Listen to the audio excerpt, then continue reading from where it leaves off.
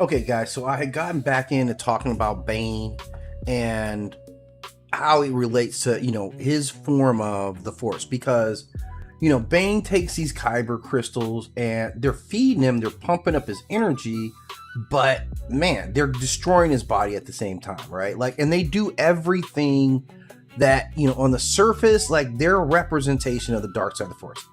The benefit and the damage of the two cannot be separated. Bane is not receiving power from one source and paying this price. The source of the power is consuming him itself. So as he's converting himself, it's giving him this power, right? So he's kind of fully convinced that obviously, for a long time he was convinced that it was like an armored tank, right? He was really an armored tank with force ability. So you can imagine how devastating that was. You could not hurt him. You couldn't laser blast him. You couldn't, he could resist, lightsabers. Like this was a walking tank. He was really, really out there. But the strength that strengthens him was also feeding him. It was more dangerous because it keeps him in pain, right? And this is very difficult to distinguish where Bane ends and the thing using Bane starts to take over. And that's the dark side. And when he finally realizes it, when he finally starts getting away from it, then he realizes that it's going to be a fight to even take those crystals off him. If the suffering disappears, one of your primary dark side powers is going to go along with it. So the relationship encourages the user to preserve every single wound that they've ever supposedly had in order to gain power. And that's a trap. Now, Bane believes in strength, individual will, and destruction of weakness. He rejects the Brotherhood of Darkness because he believes that the Sith have been diluted by distributing among too many supposed equals, right? So to Bane, the dark side is not something that should be shared. It should be concentrated. One master embodies power, one apprentice craves it. And the apprentice must eventually become strong enough to destroy the master. If the apprentice fails, the apprentice is unworthy and you deserve to die. If the apprentice succeeds, then the master deserves to be replaced or killed. So the rule of two appears to solve the historic Sith problem of betrayal. But this is the thing about the Sith. The reason they went through this is there was no other way that they would take over as an organization because they couldn't trust each other. They were constantly trying to tear each other apart. So they had this big war against the Jedi, with the one where they got annihilated. It was because that nobody had each other's back. Nobody was willing to operate as units. That's what the dark side does, right? So Bane doesn't eliminate the dark side's tendency to consume itself. He just organizes it. He turns betrayal into a policy, like literally. The Jedi attempt to reproduce themselves through teaching, continuity, institutional memory. The rule 2 reproduces the Sith through murder. Every successful apprentice must eventually destroy the person who taught him.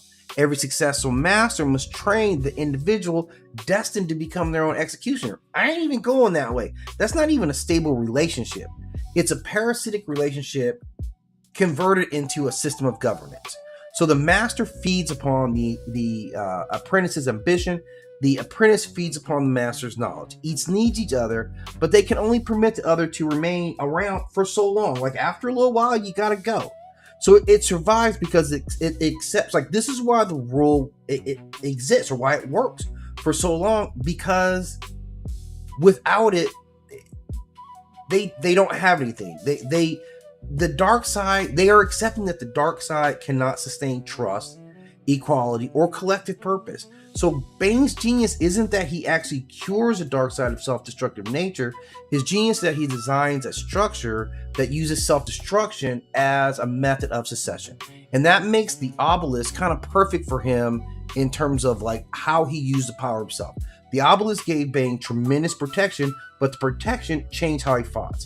Because he could absorb attacks that would kill ordinary opponents, he also often becomes,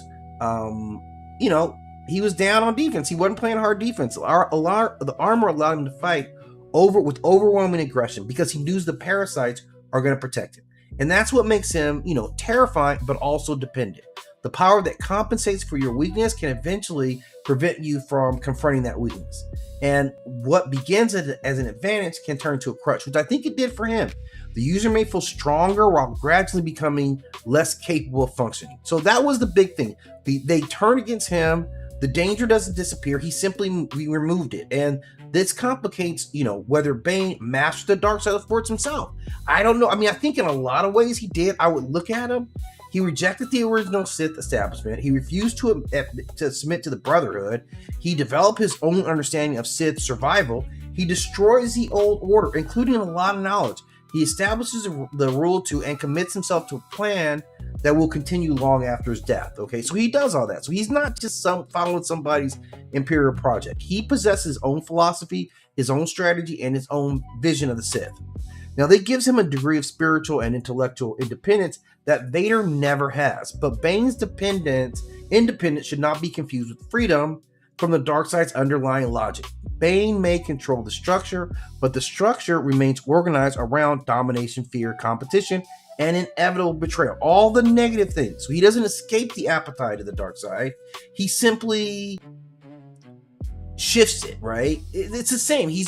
You're robbing Peter to pay Paul, right? So management is not actually mastery. He doesn't really master it because he's still a slave to it. He gets enormous power, but he must live inside the needs and the dangers of these organisms. Like, I'm sure you can't even have sex, right? They're completely, I don't know maybe you force one of those Twi'lek slaves to do it.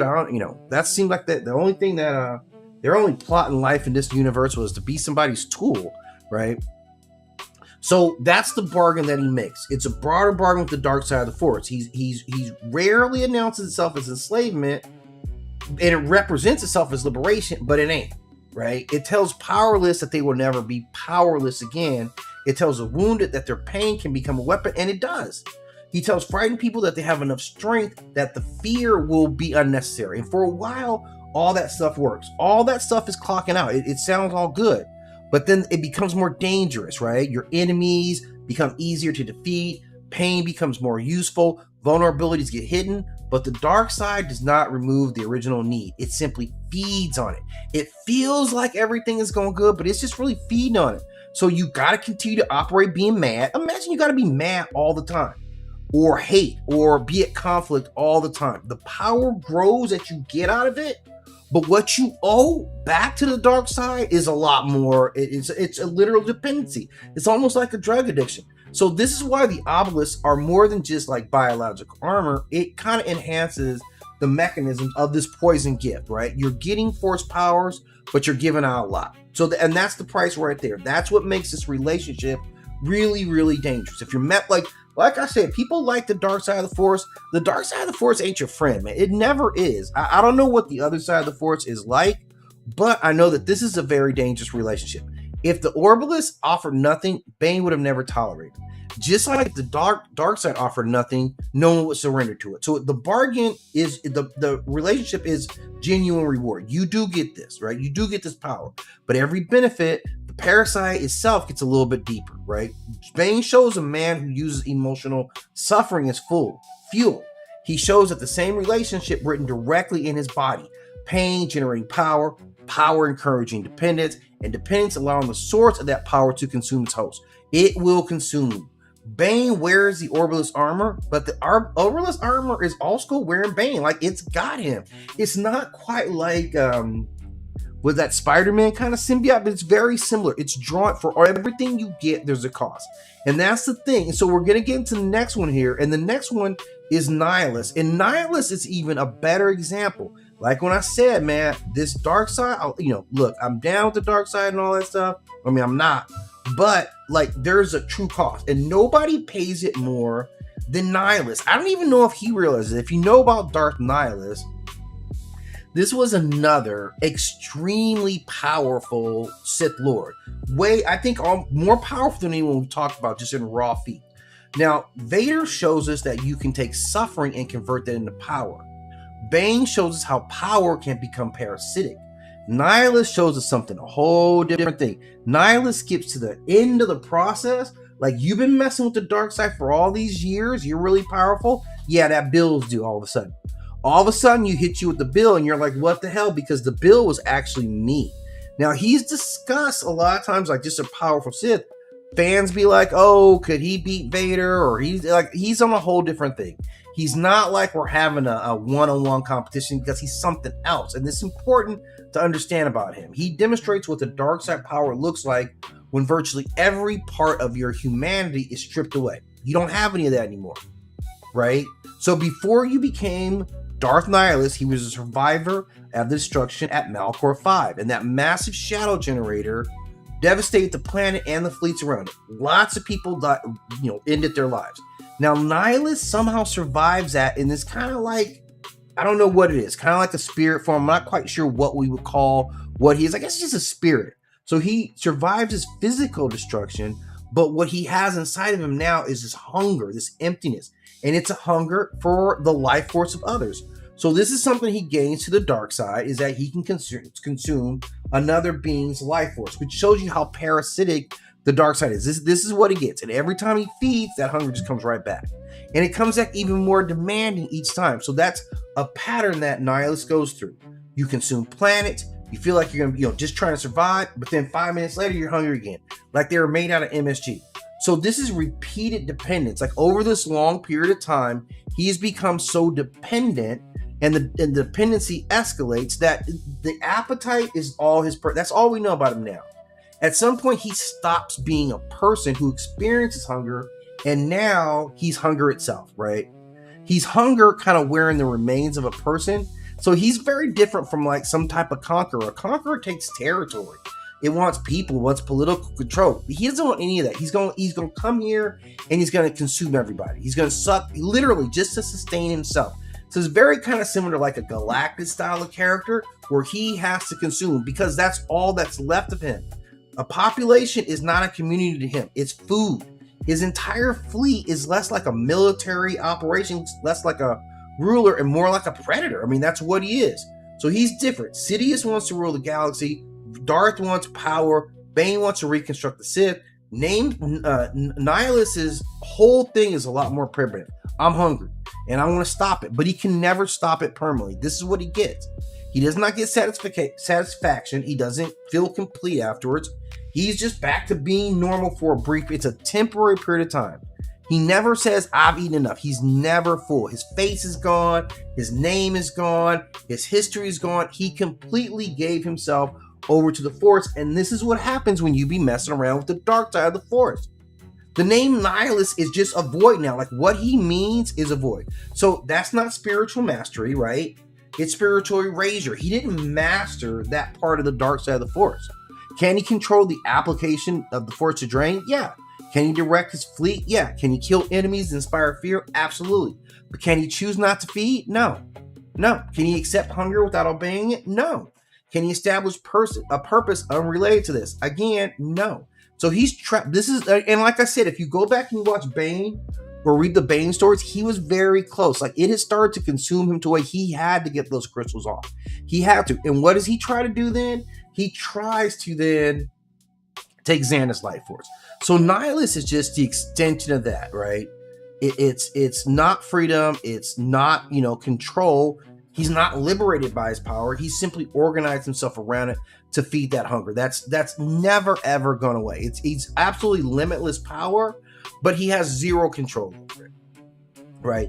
Now, the last guy, obviously, I'm going to talk about right now. We're going to talk about some other Sith later, but obviously, the dude, where are you at here? Sidious. Now, Sidious, I think, is probably the most masterful out of all of them. That's what I give him, right? He doesn't have the psychological dependence.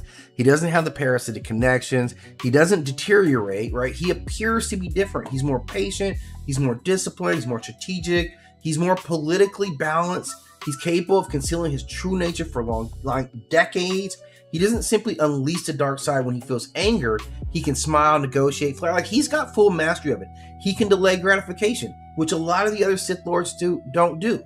He can disguise his intentions. He can allow people to believe that they're acting independently while he's running the entire show. So if any Sith can claim that he mastered the dark side, I would say it's Sidious. I would say Sidious is the best and cleanest example of someone having mastered the dark side. So if Sith can claim to have mastered it, it is him.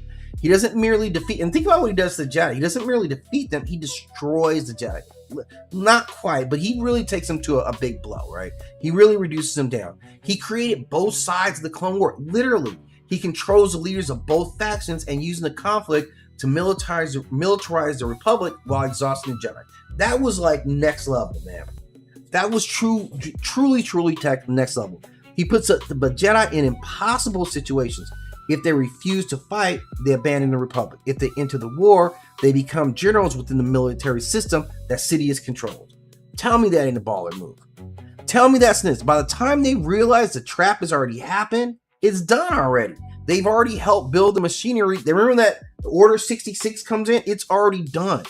And he never exposed himself because he's patient. He doesn't destroy his plan because he doesn't have to jump out and take credit for it, right? He doesn't need any of that. He's happy to exist in getting the victory. That's what he was going for. That's what he was locked into. And he ultimately does it.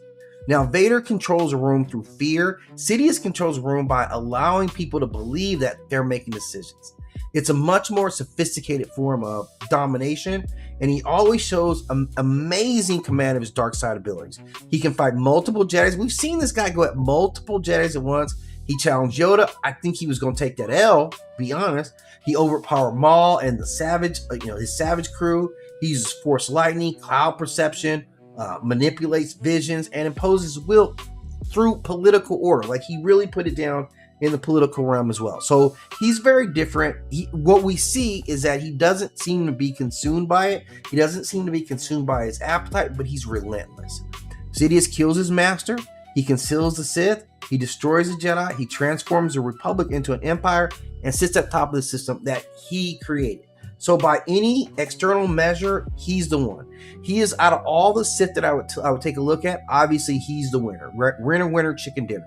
So he recognizes that everything flows towards him. The government serves him. The military serves him. The economy serves his war machine. His apprentices serve his plan. The entire planets can be destroyed. He has the ability to destroy entire planets just on an order, right? So he's got an amazing amount of power. Just amazing. I mean, he had political power. He had wealth. He was a chancellor. He did everything. He transformed the Republic. He destroyed the Jedi, ruling the galaxy. Even the Death Star wasn't enough. So he does kind of get caught up in feeling himself, right? Not necessarily the Force, the dark side, but himself. He's acquiring power constantly, and he has a creative life that he wants. He's created a life that he values, all the stuff that he values, while acquiring and maintaining power in the life, right? He gets it. So Nihilus is consumed because he's empty. Sidious consumes institutions, apprentices, governments, and eventually bodies become his authority that he must never end. So the form of going about things is different, and I would say Sidious is a lot more control. And here's the thing. He denies the rule too because he's never planned on getting up off that throne, right? He cannot accept a future in which someone else rules. It has to be him. So while he's doing this, he goes through a lot, man. He kills his own master, claims his power. He used betrayal. He accepted the betrayal like he did his master, who I think his master is Tyrannus. He does him dirty. You got to read about that one. And everybody was like, I don't care about you. Maul got discarded. Dooku got sacrificed. I'm going to replace Vader with a younger version of Luke. Sidious is the one who never is going to get replaced. He wants Luke to replace Vader, not take his place. He wants Rey as a vessel to which he can channel his own spirit so he can continue. When he speaks the language of Sith secession, he's always the mechanism. It's always about him. So it's not a devotion to the rule too. It's an attempt to make the rule terminate into the permanent rule. Like, that was the extension that he thought. He assumed he completed the task, right? And now he wanted to sit on there. So that's kind of where he's pushing it, and that's where he's gone. So it's been very different. So he desires a punishment from the galaxy that continues without him. That's what he's going to do. So he had attached his own authority. So no matter what, it's all about him. Is his legacy the Empire? I don't know. I don't know what he thought about it. It's an extension of his ego. We know that for sure. And he often mocked Vader's, dependence on stuff, right? Vader existed within a damaged body, which initially that suit wasn't even that great for him. It took years before they got him a really good one. And Sidious was doing that because he wanted to keep him in pain. He knew that. So his condition is not identical to Vader's, but the symbolism is kind of unmistakable. Like, you conquer, you consume, but it's never enough. You can't resist, that, and you always continue to want to exist. So he needs another vessel. He needs another empire. He needs all these things because he has to continue. Another apprentice. So he needs Rey. So, and he'll put anybody against each other. The force between, like, Rey and Ben, he's trying to put those together to restore his own body. He needs the galaxy to submit to him again. So it's a different use of power. He's completely a corrupted being. We see that. But he achieves independence over his own self, his own master, and he creates an independent, identity for himself that is extremely successful. He's more disciplined than Vader. He's more stable than Bane. He actually is far more logical than Nihilus. I don't think he'd ever fall into that kind of trap. So he builds a civilization in which the galaxy itself was feeding him with power constantly. He's the top one of all of them. I think Bane's still my favorite out of the real powerful Sith Lords, but this guy, man, like, he actually puts it down. And obviously, because he's the one who actually, for a brief time, held all the power in his hand, I gotta give it to him. The guy did it. He made it happen. And so he clicks off all the buttons on being the most powerful of all the Sith Lords. So I have really no problem kind of dropping it. Like the other ones, like I said, with Vader, I'm actually not overly impressed when I look at some of the stuff that, like, some of the real, like, more powerful Jedis have done. So Sidious, man, he's the dude. Even after you think you throw him down the hole and he's dead, he still comes back, right? Because he can't be stopped like that. So anyway, I'm gonna check out, guys. Just wanted to get through these 4 top Sith Lords. So always check the channel out. Come back. I'll break these up into smaller bits if you want to watch them independently. But as always, hit that like and subscribe.